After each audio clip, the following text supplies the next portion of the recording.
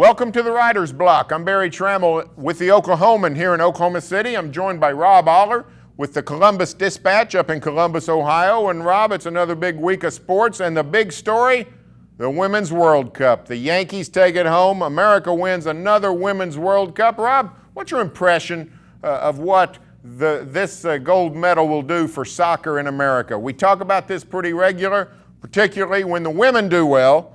The men don't give us that opportunity much, but the women, another World Cup championship. What do you think this will do for soccer in the United States?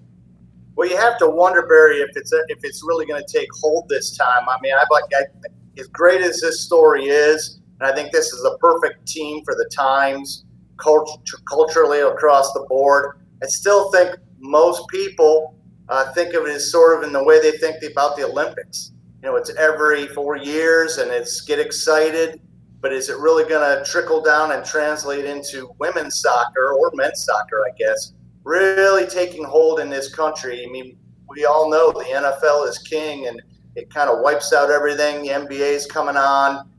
There's, baseball, hockey.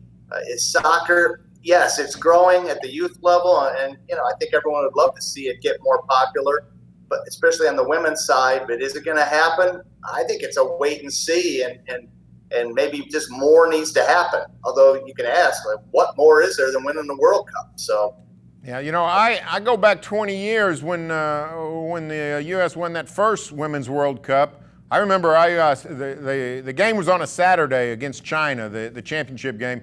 I found a youth league, a girls soccer youth team. I went to their watch party and watched the game with them. And at the time, we thought, hey, this is really going to be an explosion for women's soccer and soccer in general.